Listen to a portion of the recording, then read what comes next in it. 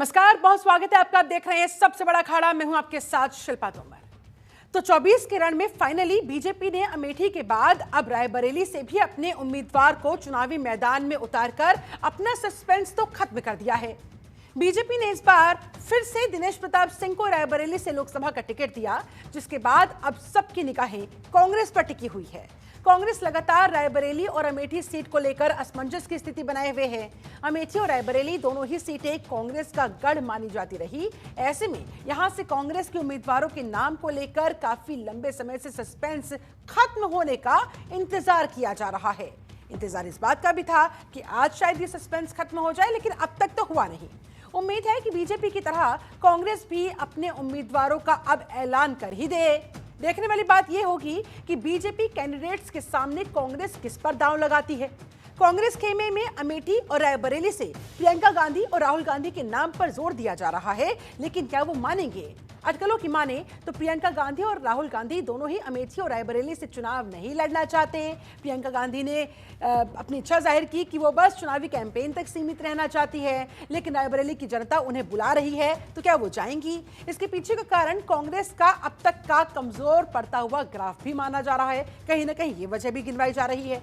विपक्षी गठबंधन के बाद से जिस तरह कांग्रेस एक के बाद एक विवादों में उलझी हुई नजर आई, ऐसे में लोकसभा चुनाव में कांग्रेस की चुनौतियां और ज्यादा बढ़ गई। एक तरफ बीजेपी लगातार कांग्रेस को हिंदू विरोधी, सनातन धर्म के अपमान पर घेर रही है, तो कांग्रेस की कई प्रमुख सीटों पर असमंजस की स्थिति लगातार उसके गले की फांस बनी हुई, जिस पर अभी भी कोई पुख्ता फैसला नहीं हो पाया है। इंतजार लगातार जारी। इसके पीछे कांग्रेस की क्या रणनीति है? रणनीति है भी या मजबूरी को रणनीति का नाम देकर कांग्रेस कब तक भागती रहेगी, बड़ा सवाल है। गढ़ में ही कांग्रेस का क्यों है इतना बुरा हाल? आज इसी मुद्दे पर करेंगे बात, लेकिन उससे पहले रायबरेली और कैसरगंज से बीजेपी प्रत्याशी दिनेश प्रताप सिंह और करण सिंह का टिकट मिलने पर क्या कुछ कहना है, पहले वो सुनिए।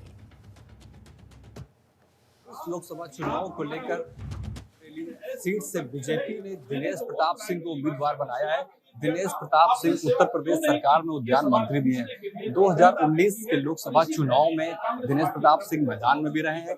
सोनिया गांधी के खिलाफ चुनाव भी लड़ चुके हैं। इस समय वो उनका टिकट फाइनल हो चुका है। वो अपने आवास पे मौजूद हैं, लोगों से मिल भी रहे हैं, बात कर रहे हैं, उनसे जानने का प्रयास भी करते हैं किस तरह वो इस बार 2024 के लोकसभा के जो चुनाव है उसमें किस तरह की वो तैयारियों के बीच, जनता के बीच जाने वाले हैं।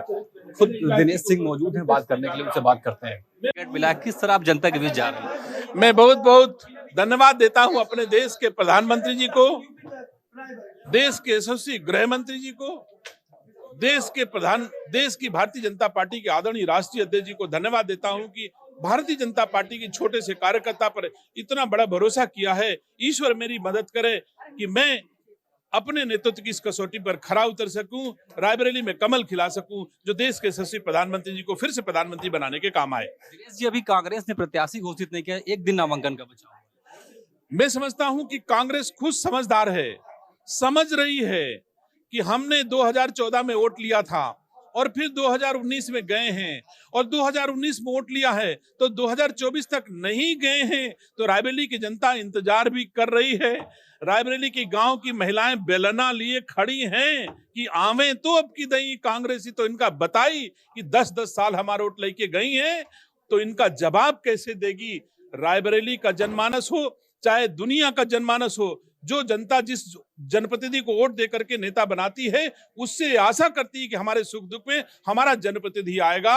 और ये नकली गांधी रायबरेली जनपद में आते हैं, वोट लेके चले जाते हैं। इवन सोनिया गांधी जी संसद में बैठ करके रायबरेली वासियों की एक आवाज नहीं बन सकी, एक बार आवाज नहीं उठा सकी। तो मैं समझता हूं कि रायबरेली में इस बार कमल खिलेगा।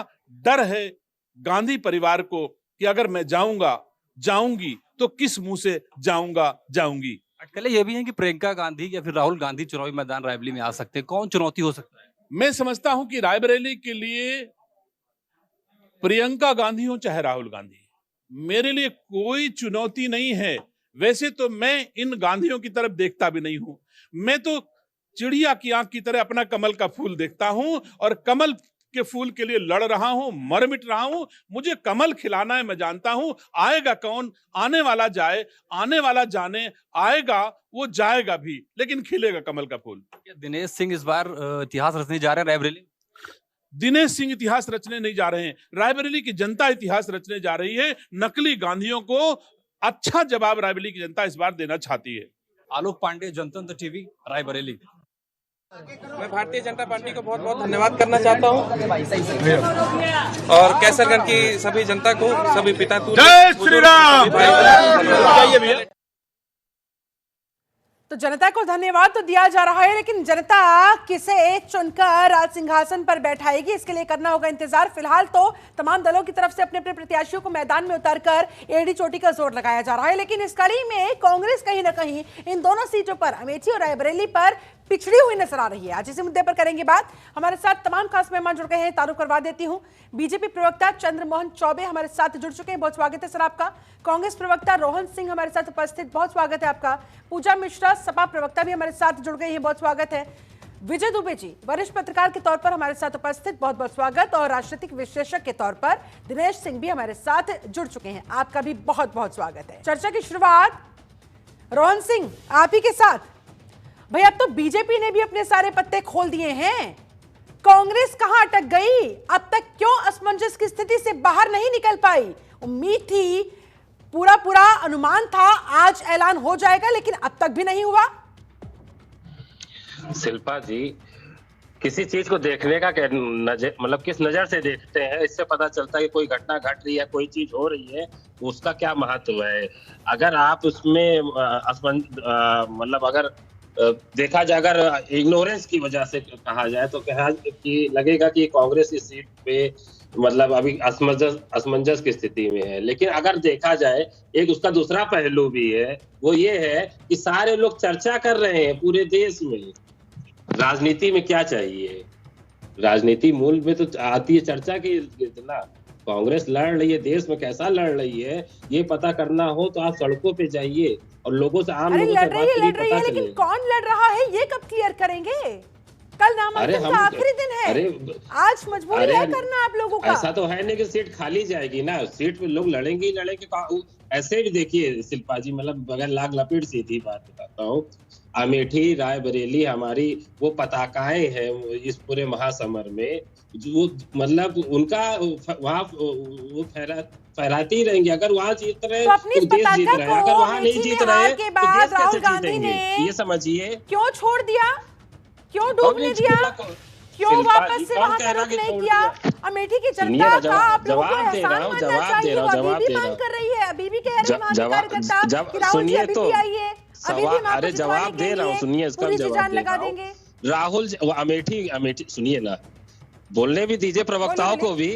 राहुल जी 2019 हार गए, लेकिन हारने के बाद कोविड के दौरान उन्होंने ऑक्सीजन के टैंकर भिजवाए और लगातार पीपी किट, दवाएं, सारी चीजें। अमेठी की आम जनता से पूछिए ना, 5 साल सबने देखा। वो अमेठी पता वीआईपी कंस्टिट्यूएंसी है इस पूरे देश की, वहां के लोग अमेठी में क्या नहीं मिला, लोगों से मिलिए, पूछिए। आम लोगों ने मतलब सबको अपनी गलती का एहसास है, लेकिन इससे बड़े, इससे स्केल में सुनिए ना, मेरी बात तो पूरी करने देती नहीं आप। इसके स्केल को बड़ा करिए अगर आप, तो आप ये देखेंगे कि अगर कांग्रेस अमेठी में अच्छा कर रही है तभी लगेगा देश में कर रही है। अगर कांग्रेस अमेठी में और रायबरेली में कॉन्फिडेंट नहीं है, फिर देश की जितनी भी अभी 300 लगभग 26 सीटों की घोषणा, टिकट की घोषणा हो चुकी कांग्रेस की। माननीय प्रधानमंत्री जी कह रहे थे कि हम लोग 270 भी अभी नहीं बताया, तो उनकी जानकारी के लिए भी ये भी बता दूं, 326 सीटों पे कांग्रेस ने अपने सिंबल को देने का निर्णय किया, टिकट की घोषणा कर चुकी है। डिबेट का टॉपिक आज 2 सीटों पर है, अमेठी और रायबरेली। मुझे उम्मीद है कि आपको बता दिया गया होगा। बिल्कुल सीधा जवाब, अमेठी रायबरेली जीतना ही जीतना है। अब उसके लिए नामांकन होगा, ऐसा तो सीट खाली जाएगी, बस इतना बता दीजिए। इसी बहाने कम से कम चर्चा तो कर रहे हैं। अरे सुनिए तो सही, सवाल तो सुनिए सर, मैं बात कर रही हूँ सस्पेंस। चलिए ठीक है, आप कह रहे हैं कल भी इस पर मुद्दे पर बात हुई थी, तो कांग्रेस प्रवक्ता ने कहा था देखिए ये हमारी स्ट्रेटेजी है, लेकिन लास्ट मोमेंट पर भी इस तरह से सस्पेंस बरकरार रखना कहीं भारी ना पड़ जाए, एक तरीके से बीजेपी को वॉक ओवर ना हो जाए, ये है आप लोगों के जहन में कि नहीं? समझिए, ये चुनाव की प्रकृति अलग, ये चुनाव बाइनरी का चुनाव बन गया है, जहां पर सिर्फ 2 ही लोग चुनाव लड़ रहे हैं। तीसरा कैंडिडेट की भूमिका नगण्य हो गई। अभी तक जितनी सीटों पोलिंग हो चुकी है, आप किसी से बात कर लीजिए, आपको समझ में आ जाएगा। तो आप समझिए कि वहां पे सिंपल चुनाव लड़ेगा। देखिए, ये पारिवारिक गढ़ है कांग्रेस का, ये मानते हैं ना विचारधारा आप? की लड़ाई है। गढ़ में तो बिना किसी उहापोह के, बिना किसी कंफ्यूजन के सबसे पहले कैंडिडेट उतारे जाने चाहिए। अरे इसमें हम कह तो रहे हैं कि इस चुनाव इस तरह का है कि बिजली का खंभा चुनाव लड़ेगा जीत जाएगा, जैसे 2014 में था। नरेंद्र मोदी जी ने कितने लोगों को सांसद बनवा डाला जो बिल्कुल जिनके अंदर काबिलियत नहीं थी कि वो संसद में जाए। 2019 अगर आप कह रहे हैं कि खंभा भी खड़ा कर दिया जाए, वो भी चुनाव जीत जाएगा कांग्रेस के टिकट पर, कांग्रेस के सिंबल पर, तो फिर राहुल गांधी कैसे हार गए थे अमेठी से पिछली बार? अरे डेमोक्रेसी का प्रिंसिपल है कि जहां पे मतलब अब जैसे जैसे समय मतलब चेंज हो रहा है, जैसे टेक्नोलॉजी बढ़ी है, लोग बड़ी संख्या में एक तरफ वोट करने चले जाते हैं। मुद्दों की जानकारी भी, मुद्दों की बहस अब कम हो रही होती है। लेकिन ये पहली बार ऐसा सवाल उठा जिसमें ये 2 धड़े बढ़ चुके। एक है जो देश को मतलब जिन्होंने देश के पिछले 10 सालों में किस तरह संवैधानिक संस्थाओं का दुरुपयोग किया, देश के ढांचे को नुकसान पहुंचाया है। जनता देख रही है, जनता को ही इंतजार है, अमेठी की जनता को भी, जनता देख रही है, जनता जिताने भी जा रही है। खत्म होने को आ गई है, 3 तारीख नामांकन का आखिरी दिन है। अभी भी सन्नाटा क्यों पसरा हुआ है? क्यों कैंडिडेट का नाम सामने नहीं आया? अब तो बीजेपी ने भी अनाउंस कर दिया है। चलिए मैं रुक करूंगी आप पूजा जी का। पूजा जी देखिए, गठबंधन में आप लोग कांग्रेस पार्टी के साथ है। एक तरफ बीजेपी अपने विजन के साथ, दूसरी तरफ कांग्रेस अपनी कंफ्यूजन के साथ। महंगा पड़ जाएगा, भारी पड़ जाएगा आप लोगों पर भी। देखिए शिल्पा जी, जो है कांग्रेस और इंडिया जो एलायंस के जितने भी सारे के सारे बहुत स्ट्रॉन्ग है और बहुत अच्छी रणनीति के साथ में आगे बढ़ रहे हैं। ये कहना कि जो है भाजपा मिशन के साथ में है और कंफ्यूजन के साथ में, ये थोड़ा सा जो है गलत होगा। ये कहिए कि भाजपा जो है अपना मिशन क्या है, इनका कोई मिशन नहीं है। इनका मिशन जो रहना चाहिए था कि जनता की सेवा करना, वो सारा का सारा सिर्फ कागजी रह गया हुआ है। और कागजी में ना केशवगंज का जो प्रत्याशी भी बदल दिया हुआ है, बाकी लड़ रहे हैं वही रहे हैं जो दूसरे सिंह जी ही। तो ये कहना कि जो है इंडिया अलायंस कमजोर है, ये गलत है, क्योंकि इंडिया अलायंस के साथ में समस्त जनता है। और ये जो 2024 कांग्रेस कमजोर पड़ेगी तो आप लोग अलायंस में है, तो समाजवादी पार्टी के लिए भी तो वही स्थिति रहेगी ना। आप लोग अलग तो है नहीं। अब देखिए, किसी भी कैंडिडेट को जल्द फाइनल क्यों किया जाता है, ताकि उसका जो पूरा का पूरा कैडर है वो मोबिलाइज हो सके, उसमें एक ऊर्जा भरी जा सके, जोश भरा जा सके, वो धरातल पर उतर सके, जनता के बीच जाकर माहौल बना सके। लेकिन एंड मोमेंट तक अभी भी कैंडिडेट फाइनल ना होना, ये कंफ्यूजन नहीं तो क्या है?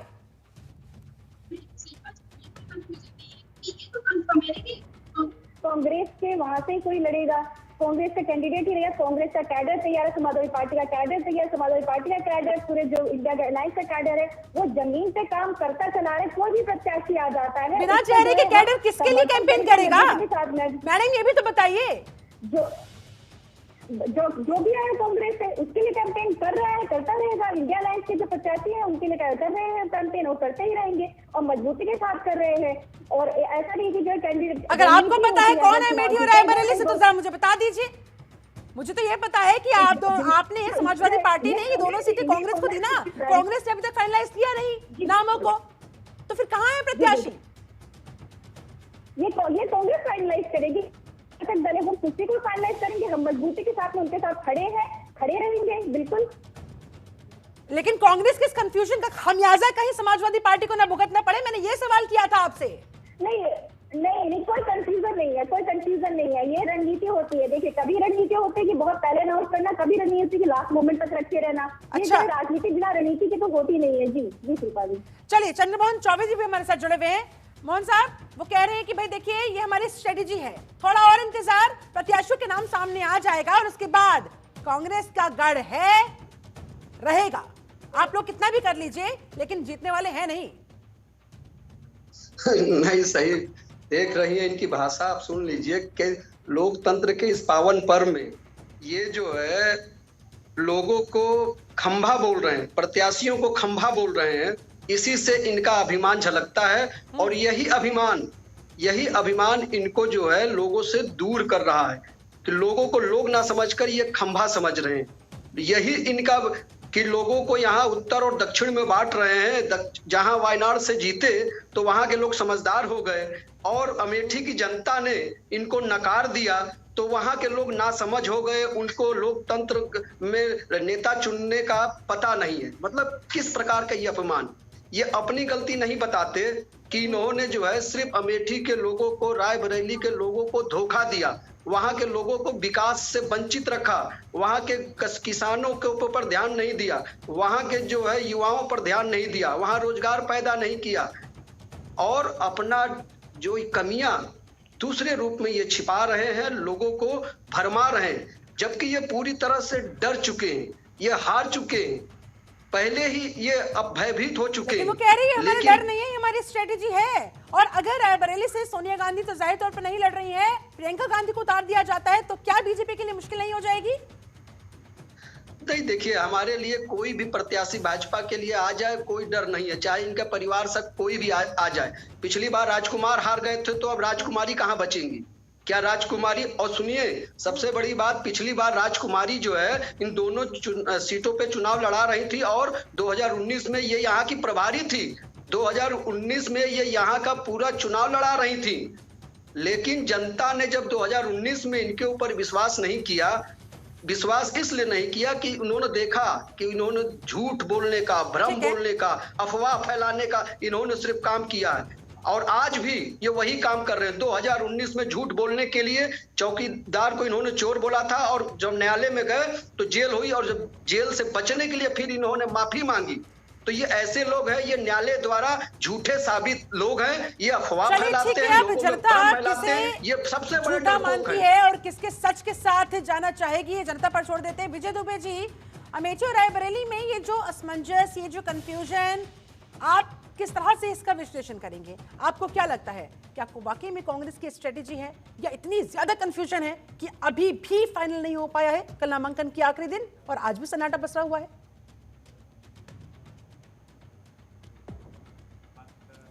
अमेठी रायबरेली की है तो निश्चित तौर पे चूंकि कांग्रेस का पारंपरिक गढ़ कह लीजिए, पारंपरिक क्षेत्र कह लीजिए, अपना उनका पुराना एक पूरा इतिहास है जो कि कांग्रेस के साथ जुड़ा हुआ है, रायबरेली और अमेठी का। तो ये कंफ्यूजन केवल तभी तक हो सकता है जब तक कि जो है डिक्लेरेशन नहीं है।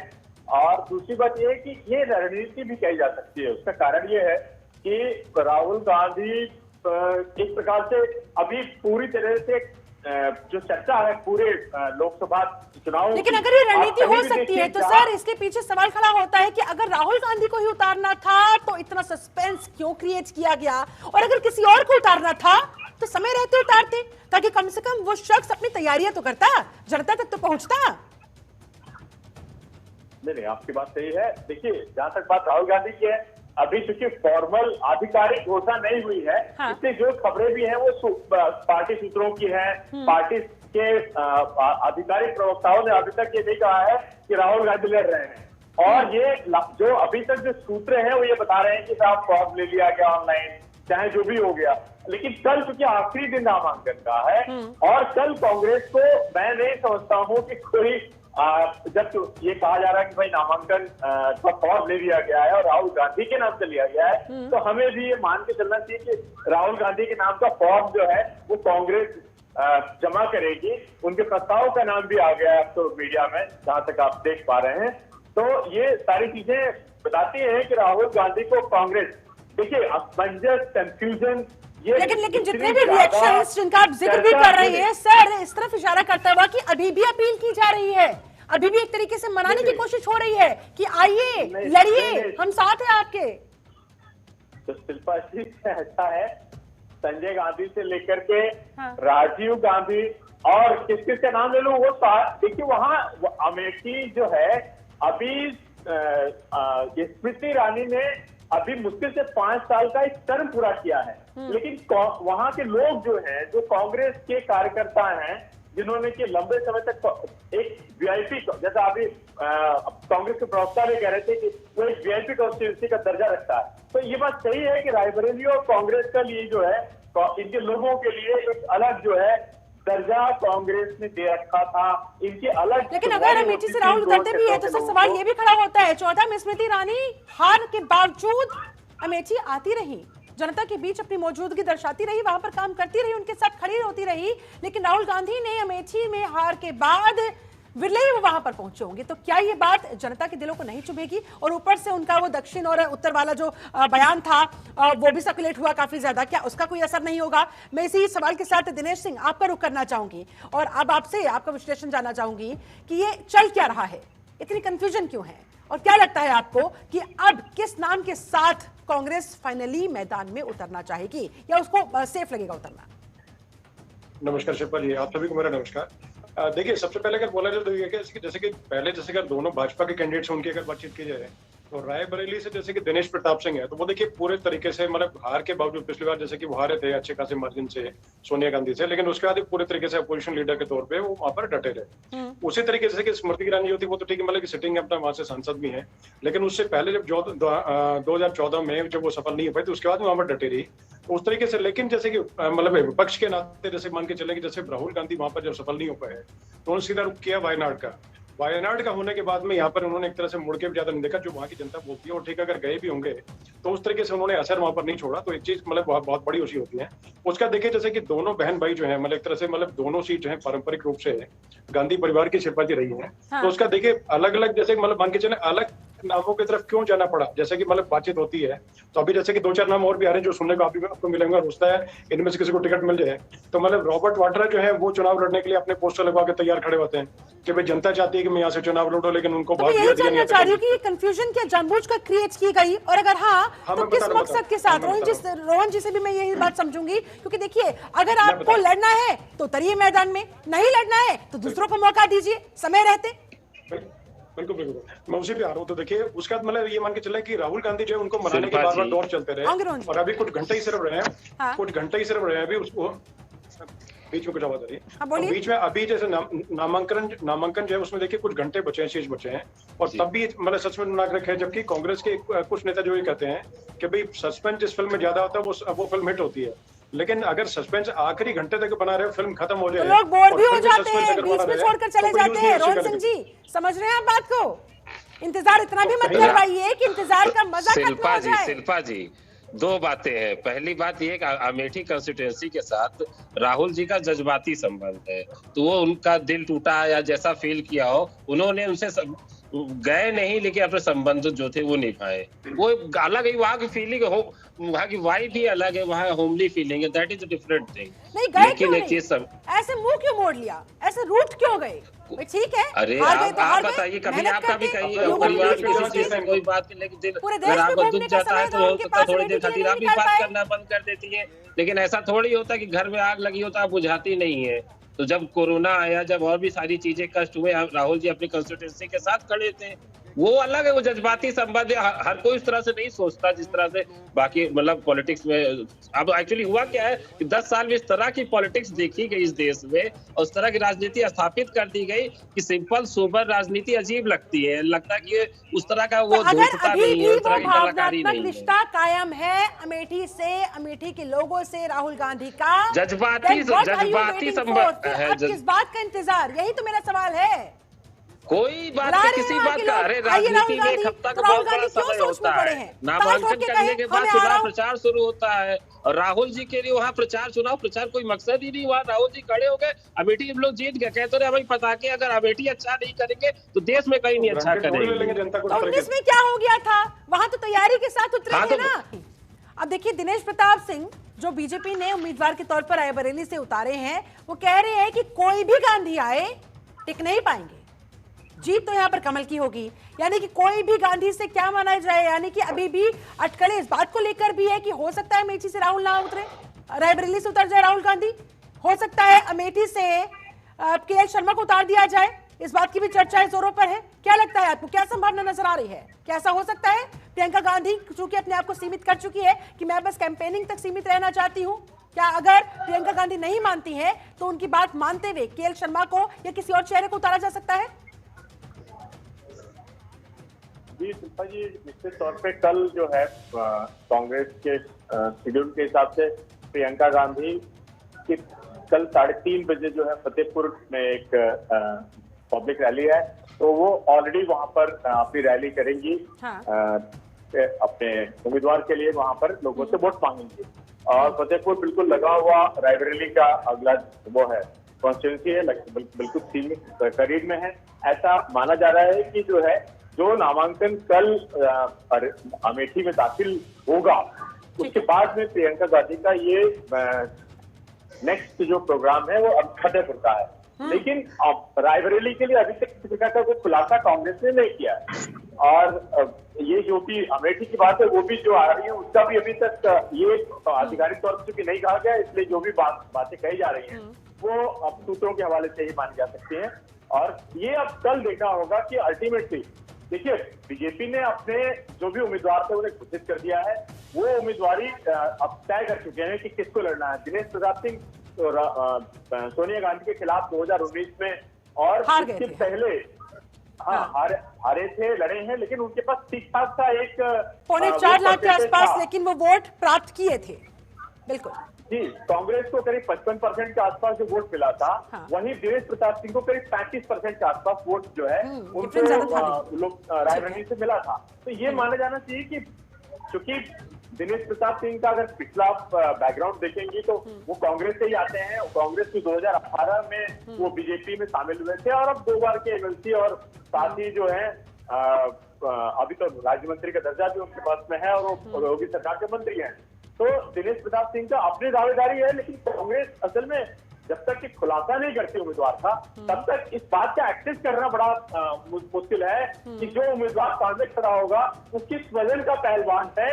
उसका जो दो पहलवान सामने होते हैं तो लेकिन अगर हम पहले की बात करें तो आपको क्या लगता है, अगर राहुल अमेठी से उतरते हैं तो स्मृति वर्सेस राहुल की इस लड़ाई में किसका पलड़ा भारी नजर आता है आपको? हालांकि कहा जा रहा है, कुछ रिपोर्ट्स इस तरफ भी इशारा करती हुई कि भाई स्मृति के खिलाफ माहौल वहां पर बना हुआ है और अगर ऐसा है तो जाहिर तौर पर राहुल गांधी की तरफ अमेठी की जनता रुख करना चाहेगी। लेकिन राहुल गांधी पिछले 5 साल में इतना वहां पर गए नहीं है, तो कहीं ना कहीं उनके सामने ये भी एक बड़ी चुनौती है। तो पलड़ा किसका भारी नजर आ रहा है आपको, या फिर कांटे का मुकाबला? देखिए, जो बात है वो ये है कि राहुल गांधी अगर स्मृति ईरानी के सामने सेकेंड टाइम फाइट में आते हैं, क्योंकि एक 14 वाला इलेक्शन भी स्मृति ईरानी रहा था लेकिन वो हार गई थी। आप अगर एक टर्म पहले जाए तो 2014 की बात कर रहा हूँ, तो 2014 की हार के बाद में दोबारा स्मृति ईरानी ने राहुल गांधी से 19 का जो चुनाव था उसको हासिल किया। लेकिन वो मार्जिन हम इतना नहीं मान सकते कि इरिकवरेबल है, क्योंकि कांग्रेस की ये ओरिजिनल कंस्टिट्यूंसी है।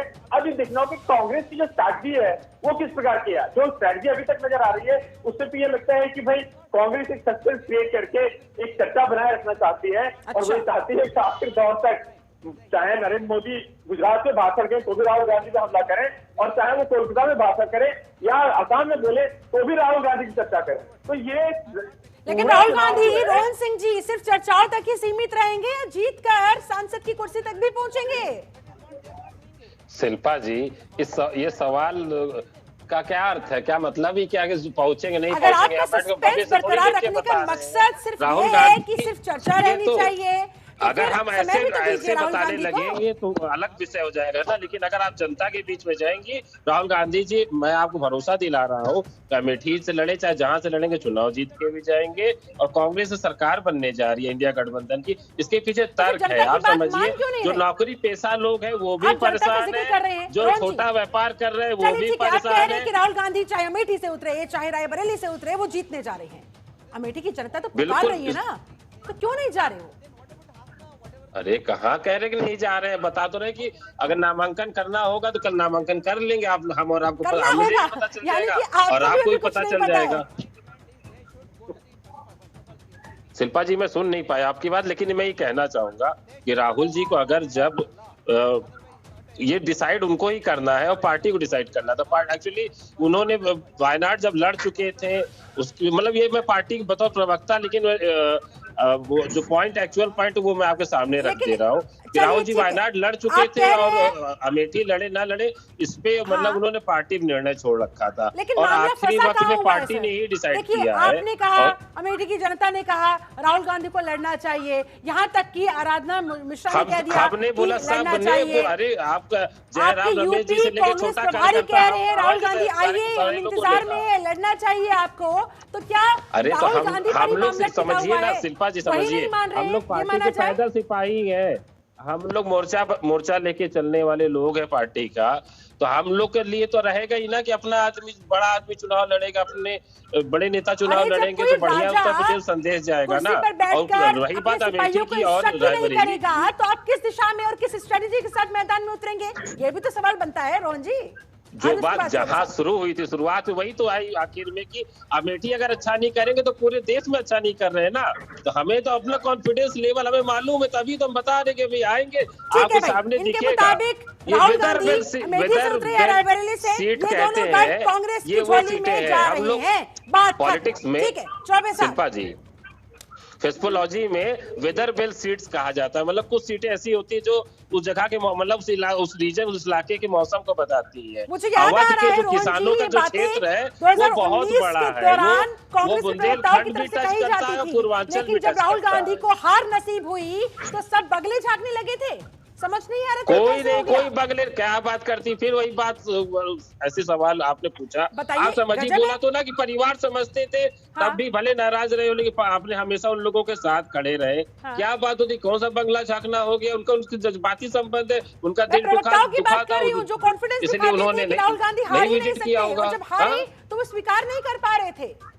कौन कह रहा है हार को स्वीकार नहीं कर पा रहे, कैसे जीते अमेठी का चुनाव, अमेठी वालों से पूछिए बताएंगे। भारतीय जनता पार्टी चुनाव थोड़ी लड़ती है, भारतीय अरे क्या बात करती है, डेविड गॉलियत की लड़ाई है, एक तरफ बहुत विशाल का भारतीय जनता पार्टी जिनके पास पूरा देश के संपत्ति संस्थान सारे सब कुछ है, दूसरी तरफ हम लोग है, हम लोग के पास क्या है, हम लोग के पास सिर्फ एक मकसद है देश को बचाने की, और जिसके मकसद को आम जनता भी समझ रही है। 10 साल हो गए इनको एक चीज नहीं बता पाते खड़े होके कि हमने क्या किया। 80 करोड़ को राशन दे रहे जिसमें तो अभी पता चल रहा सबको बाजरी देने लगे, गर्मी में लोगों को बजरी खिला रहे, पूरा राजस्थान से लेके उत्तर प्रदेश में लोग गरिया रहे हैं इनको। बच्चों का भी कितने आप समझिए बेरोजगारी का आलम कि 60 लाख लड़के गए पेपर देने, वो पेपर आउट करा दिए, उनके घर के मतलब किस तरह से कितने 10 सालों में लड़के ओवर एज हो गए, ज्यादातर में ठेकेदार व्यवस्था लागू कर दी है, चाहे वो किसी भी सीट से मैदान में उतरे। चंद्रमोहन चौबे अरे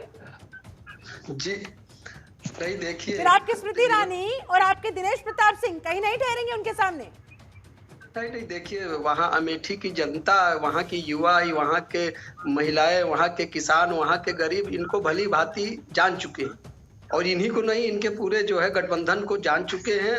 इन्होंने जब इनको समय मिला तब इन्होंने कितना गरीबी दूर किया, कितना जनता का हित इन्होंने किया, कितना किसानों का कर्जा माफ किया, कितना किसानों के लिए इन्होंने आय दुगनी की, ये सब जनता देख चुकी है।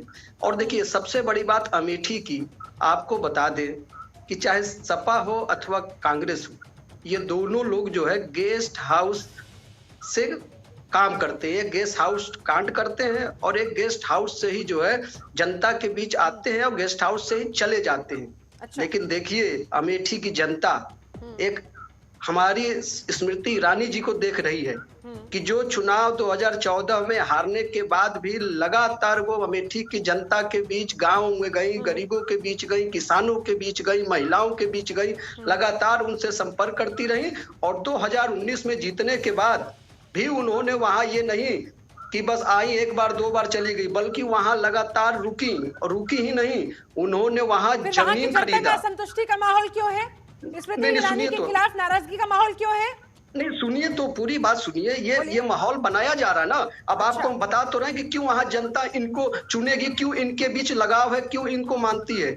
कि वहां पर इन्होंने हवाई नहीं कहा कि मेरा परिवार है, मेरा लगाव है, मेरा गढ़ है, बल्कि उन्होंने वहां पर लोगों के बीच संपर्क बढ़ाने के लिए, उनसे आत्मीयता दिखाने के लिए, परिवार दिखाने के लिए वहां जमीन खरीदा, वहां भूमि पूजन किया, भूमि पूजन करने के बाद आवास बनाया, आवास करने के बाद गृह प्रवेश किया, और उस गृह प्रवेश में वहां की जनता को, वहां के लोगों को बुलाकर एक परिवार की तरह उनके साथ घुली मिली। तो वहां की जनता समझ गई कि 70 सालों से इन लोग आते रहे जाते रहे, सिर्फ गेस्ट हाउस आए और गेस्ट हाउस से ही चले गए, लेकिन लोगों के बीच में नहीं गए, ना तो वहां विकास किया। जी वो कह रहे हैं कि देखिए स्मृति ईरानी बाहर ही थी, फिर भी वहां पर आवाज बनाया, लोगों के साथ उन्होंने कनेक्शन क्रिएट किया, जो राहुल गांधी हार मिलने के बाद तोड़कर चले गए, मुंह फेर कर चले गए, और इसका सबक जनता सिखाएगी। इसी के दम पर वो अपनी जीत का फिर से हुंकार भर रहे हैं। शिल्पा जी, हमारी विचारधारा ने महिलाओं का सम्मान करना सिखाया, इसलिए मैं उनपे कुछ तरह टिप्पणी नहीं करना चाहता हूँ, लेकिन मैं उनको गंभीर राजनेता, गंभीर पॉलिटिशियन नहीं मानता हूँ। अब रही बात ये कि नरेंद्र मोदी जी के टाइम में बहुत सारे लोग वो नेता बन गए जो नेता थे नहीं, तो उसी में से वो भी हैं। अब रही बात कि वो अमेठी लड़ेंगे, जीतेंगे कि नहीं जीतेंगे, अभी देखते जाइए हम लोग किस तरह से लड़ रहे हो, कितना जीतेंगे। ग्राउंड पे हकीकत बता लो शिल्पा जी, आप जमीन पे जाएंगी तो आपको खुद महसूस, मैं पिछले 5 दिनों में 4800 किलोमीटर का सफर किया हूँ, और मतलब मैं झूठ नहीं बोल रहा हूँ, प्रवक्ता तो इसलिए बोलूंगा। लेकिन सवाल के साथ मैं चर्चा में आगे बढ़ूंगी। दिनेश सिंह जी, अब देखिए बीजेपी के अपने दावे, कांग्रेस के अपने दावे जाहिर तौर पर समझे जा सकते हैं, लेकिन जनता का मूड क्या कह रहा है? रायबरेली की बात करूं तो यहां पर प्रथा रहेगी बरकरार या है परिवर्तन की बयार?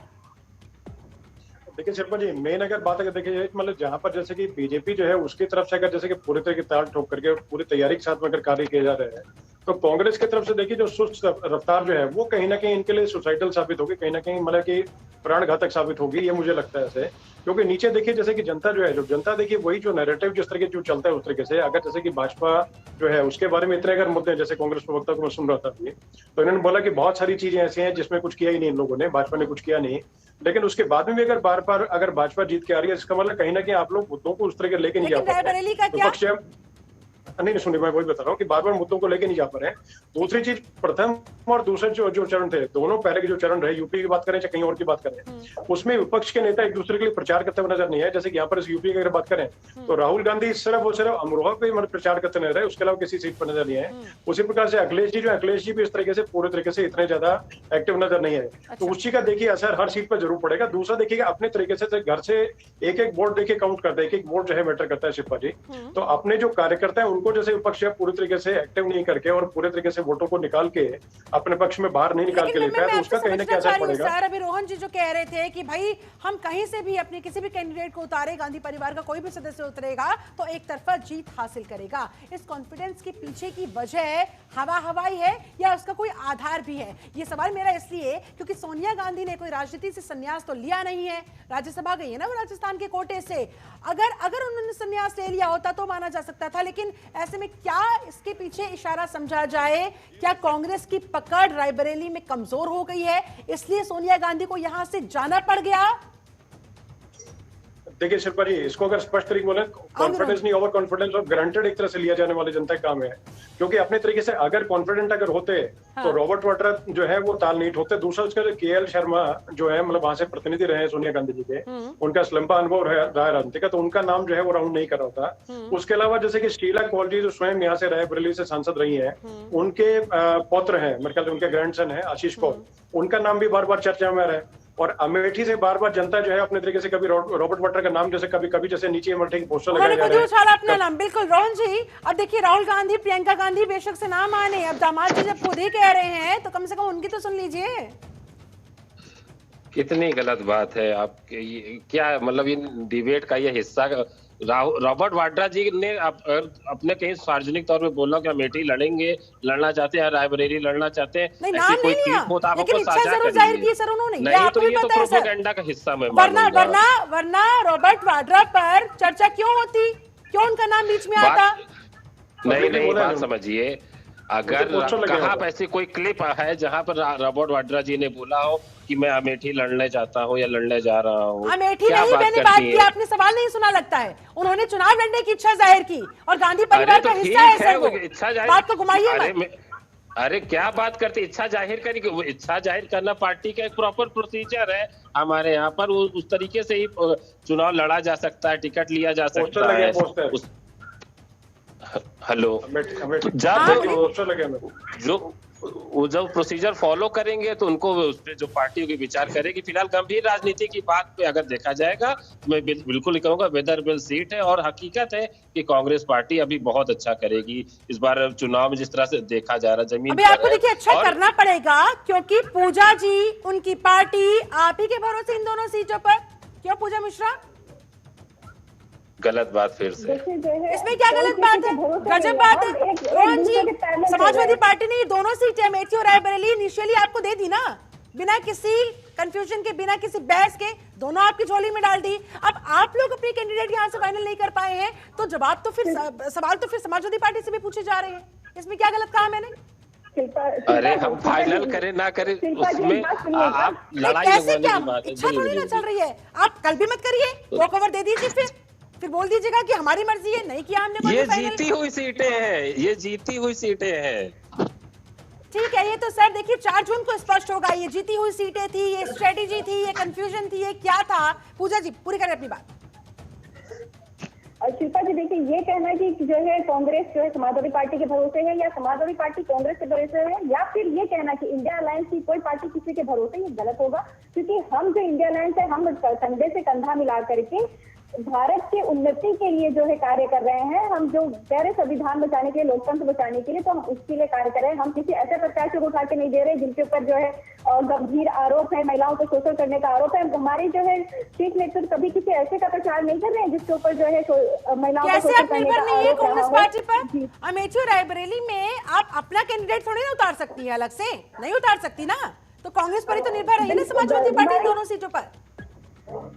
कांग्रेस किसी को भी उतारेगी, कांग्रेस पार्टी से जो भी प्रत्याशी आएगा, समाजवादी पार्टी जो है उसे अभी भी कार्य कर रही है।